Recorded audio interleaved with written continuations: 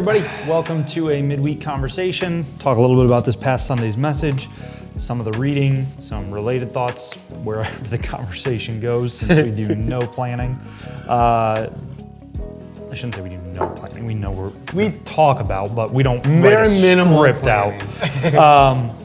Yeah, so we just started, but that was really loud. I yelled. You'll have to fix that in post. All right.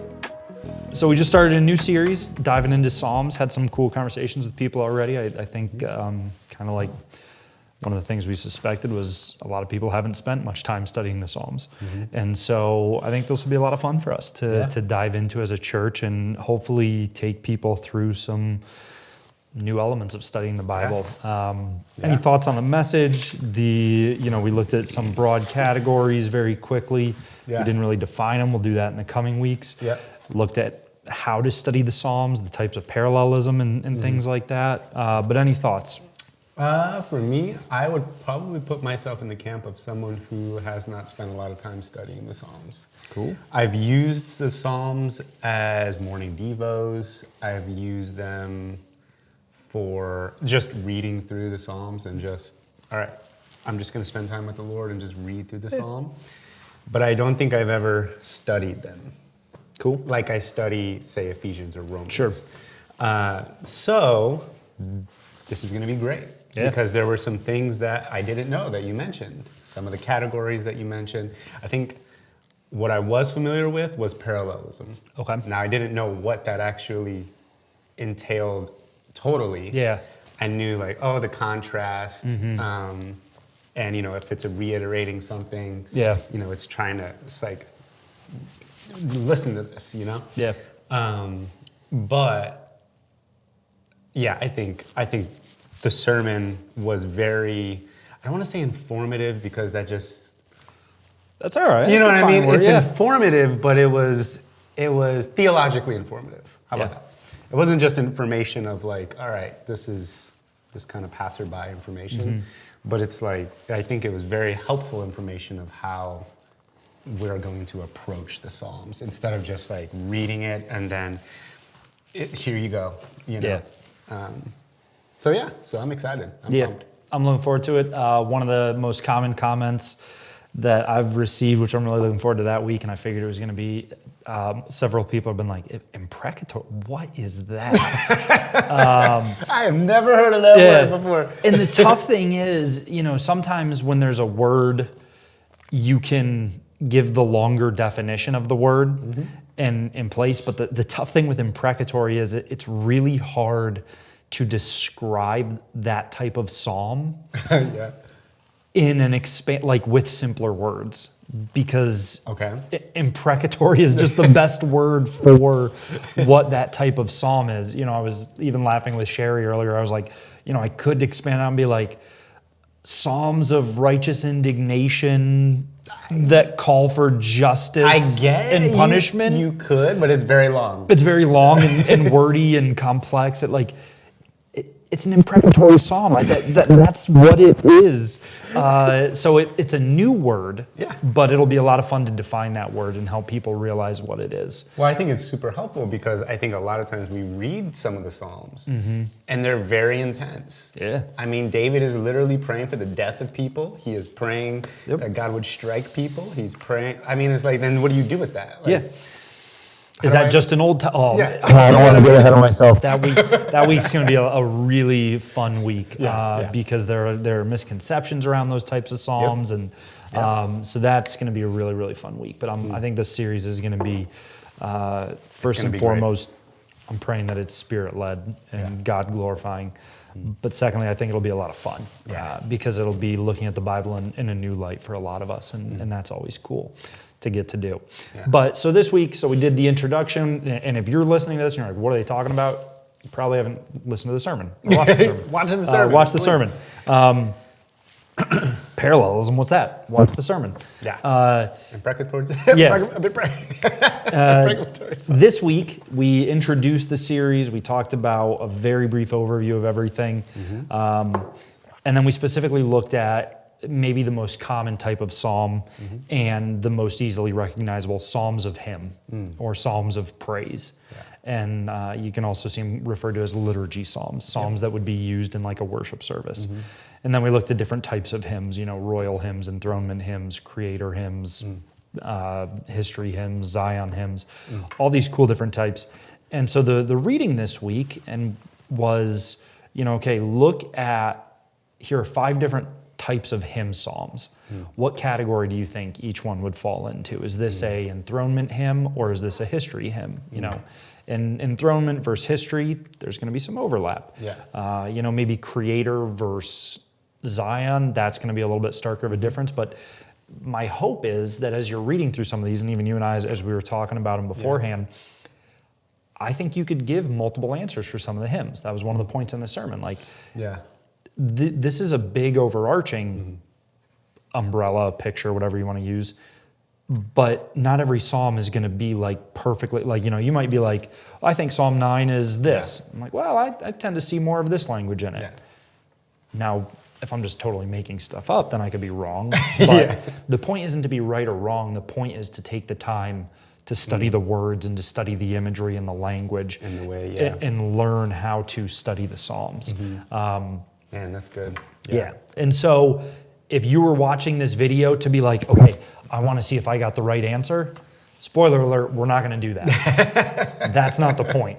The point is, I'm going to read through the Bible looking for details. I'm going to read through the Bible looking for clues and hints. I'm going to train my mind to not just read this to read it, but to read it to understand it and to see patterns and to see how it fits in the overall biblical narrative. And so that's actually what I want to do, at least from when I'm talking. You come to Psalm 9. There's a type that I think Psalm 9 pretty clearly fits into. But I can point to 1 or 2 verses or 1 or 2 phrases that if someone's like, well, I see it more as this type of hymn, I'd be like, that's a fair point. That's there. But what I want to point out here isn't, like I said, let me reiterate, isn't the right or wrong answer. But, okay, and I'll say what I think it is. I think it's an enthronement hymn. I think the language speaks very strongly of the Lord as King. You have rebuked the nations. You sit on the throne giving righteous judgment. Literally, verse 7, the Lord sits enthroned forever. So I think it's a pretty clear enthronement hymn. But what's that mean for me? I'm studying this. I'm reading it. I'm reading this psalm of praise. I'm reminded of all the ways that God is King. What's it mean for me? Well, what's it mean for the psalmist? Verse 10. Or verse 9 and 10. The Lord is a stronghold for the oppressed, a stronghold in times of trouble. Those who know your name put their trust in you, for you, O Lord, have not forsaken those who seek you. And so, he's praising God. I mean, this psalm is a psalm of praise. The hymns are praises. He's praising God for who God is, and then he's also allowing that to remind him that God has not forsaken him and will not forsake him. And so I think that's another question that we have to ask ourselves as we come to the Psalms is first, what does this tell me about God? Okay, well then how should I live my life in light of what this tells me about God? Like in relation to what God is revealing about himself here. Yep. Which I think is really, again, a lot of the giving words to how to, because this is Hebrew poetry. But we don't necessarily see the poetic structures because it's not written in Hebrew. I mean, it's not translated in Hebrew right now. It's in English. And so, like you said in the sermon, it's like, why is it rhyming? So it's like sometimes we can read it and just read it. But I think with the words that you've kind of given us, and I'm including myself in this, given us a way to view the psalm, enthronement. I can now read this psalm with the perspective of God as a king. And sometimes you just don't get that when you read some of the epistles, right? We talk a lot about Jesus and we talk a lot about the church, the Christian life. The Christian life. We talk a lot about God as Savior, but there's not a lot in the New Testament. There is. If you read Revelation, you got enthronement visibly. But if you're reading Galatians or Ephesians or 1 Timothy, there's not a ton of enthronement language. So the song, a psalm like this, it's like Jesus is my savior, yes. Jesus is my comforter, he's my advocate, but he's also my king. Yeah. You know, and I'm in a kingdom. And so I think that's that's cool. Yeah. And you see, I think, two types of the verses I just read to tie in another point of the sermon, learning how to use parallelism to understand. In verse 9, we see synonymous parallelism, where the second line just kind of repeats the first idea. The Lord is a stronghold for the oppressed, line 1. Line 2, a stronghold in times of trouble. There's just that reiteration of the idea, right? But then you get to verse 10, and you have really cool synthetic parallelism. Those who know your name put their trust in you. Well, why can I trust God? Why should I trust God? What is the benefit of trusting God? For you, O Lord, have not forsaken those who seek you. Wow. And so you see how line 2 really completes the thought introduced in line 1. Yeah, that's good. So then there's even that aspect of it. Which we didn't even get to. That wasn't even part of the this week, let's all. But don't forget the parallelism, the question that I said in the sermon, the question that we should always ask when we're reading the Old Testament poetry books is, how do these two lines relate to one another? And so keep that in mind as we're going through as well. That's good. Yeah. You've got Psalm 11, another great one. How would you describe? I can see two. I could see two categories of hymns. I would. I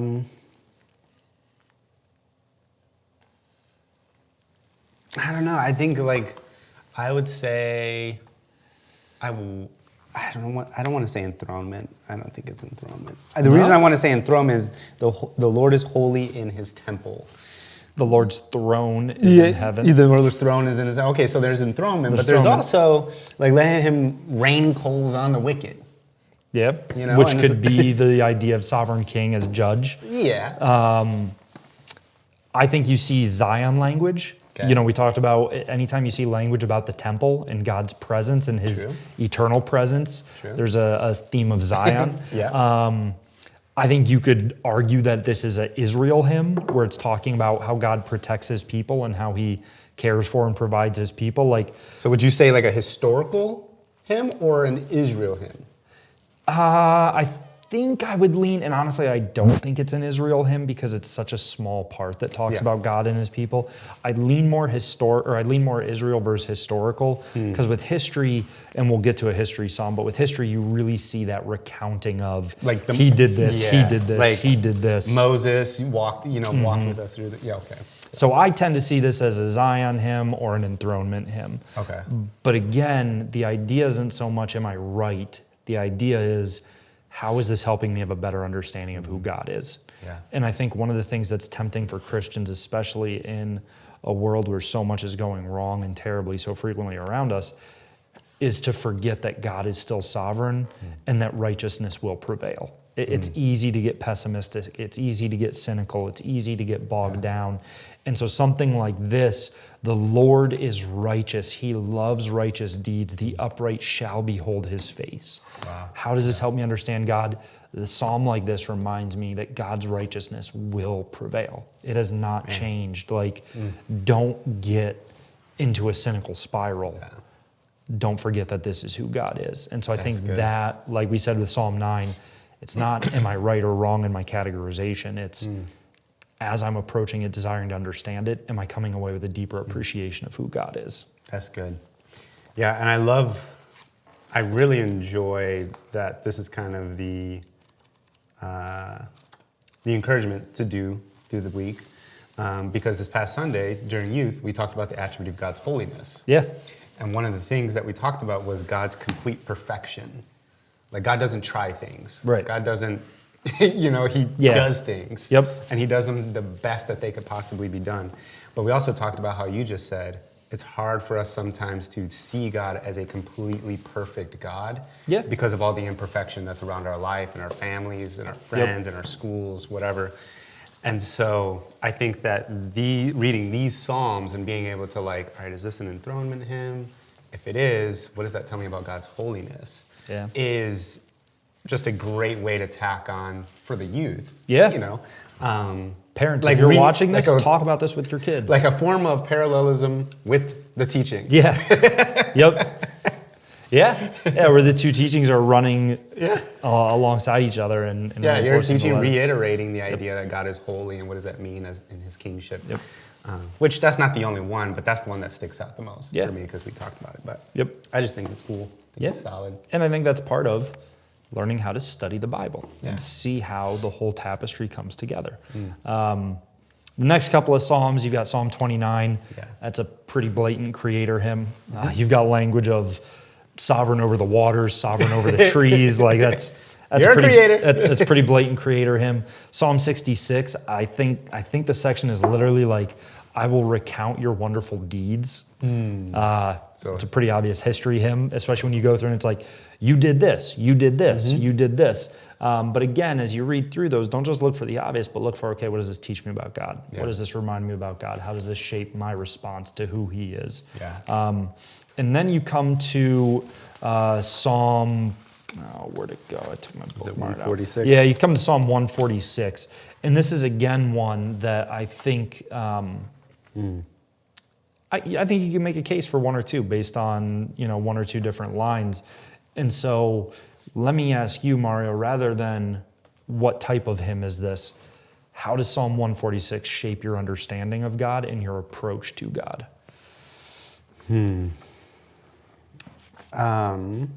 Well, it's a small psalm, Very small psalm. but I think the idea of, so again, like he said, so verse 3, put not your trust in princes, in a son of a man in whom there is no salvation. Yeah. Instantly I'm thinking, all right, where am I putting my trust? Am I putting it in God or am I putting it in my insert whatever financial situation, president, political person that I'm voting for? Like who is that person that's filling that?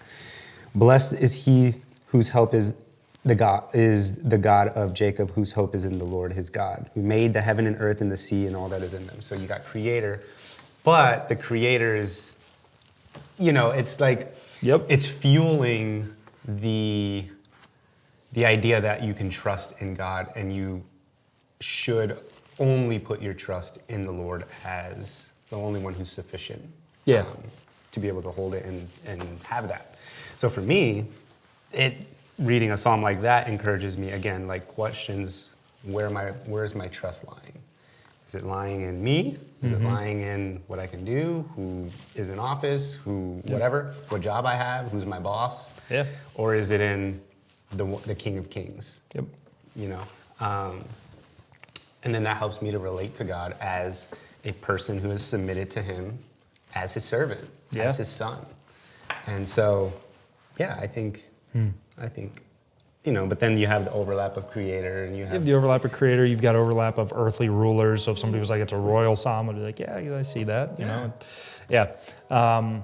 But that's what I think it is. I think it's using the framework of studying it to study it. Like we're not belittling the idea of, is it a creator psalm or a no. One is not better than the other. Right, one's not better than the other. And it's also like, well, who cares what it is? It's like, no, this is to help us understand what it is and what's going on, so that we can ask those important questions of, how does this help me worship God better, worship God more, serve God better? That's good. Yeah. That's good. I hope you guys are encouraged by that. And it won't be like this every week. Like, when we do the Messianic Psalms, it's not like there's multiple kinds of Messianic Psalms. And so this is more of an exercise of expanding our tool chest, adding more tools to our tool chest so that we can approach Scripture in a reverent, hungry manner. That's good. That's good. I think it's encouraging. Yeah. I'm excited. It'll be cool. Yeah. All right. If you have any questions, if you have any comments, you have thoughts, let us know. We always love hearing from you guys. Otherwise, we'll see you Sunday. See you then. Hey everyone, Pastor Sam here. Thanks for joining us for another midweek Bible study video. If you didn't see the sermon that we were talking about, you can find it here. Or if you're interested in more of these midweek Bible study videos and thoughts as Pastor Mario and I break things down, you can find that here as well.